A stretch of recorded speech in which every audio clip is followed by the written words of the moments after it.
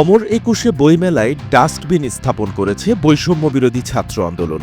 ডাস্টবিনে লাগানো হয়েছে শেখ হাসিনা ঘৃণা স্তম্ভের ছবি। শনিবার অমর একুশে বইমেলার প্রথম দিনে এই ডাস্টবিনে ময়লা ফেলেছেন প্রধান উপদেষ্টার প্রেস সচিব শফিকুল আলম।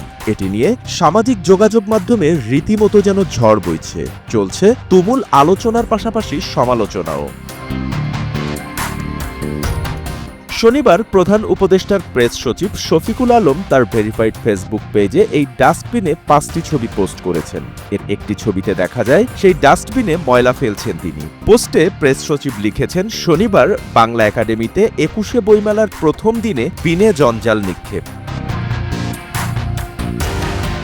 এদিকে বৈষম্য বিরোধী ছাত্র আন্দোলন তার অফিসিয়াল ফেসবুক পেজে এই ডাস্টবিনের একটি ছবি পোস্ট করে জানিয়েছে, আজ থেকে শুরু হয়েছে মাসব্যাপী অমর একুশে বইমেলা 2025।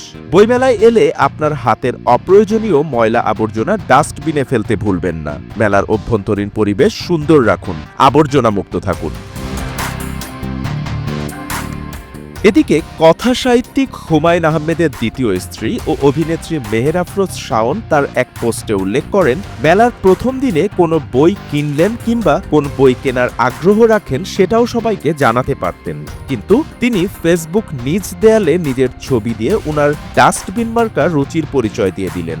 তিনি আরো বলেন, তবে কি বাংলাদেশ 2-এর ক্ষমতাবানেরাও ভাবছেন যে তারা চিরস্থায়ী বন্দোবস্তে আছেন? ভাগ্যিস এই বইমেলা দেখার জন্য হুমায়ুন আহমেদ নেই।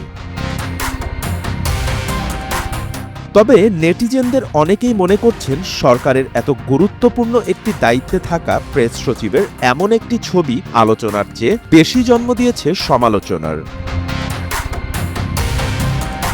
বাপ্পি খান, SA টিভি ডিজিটাল।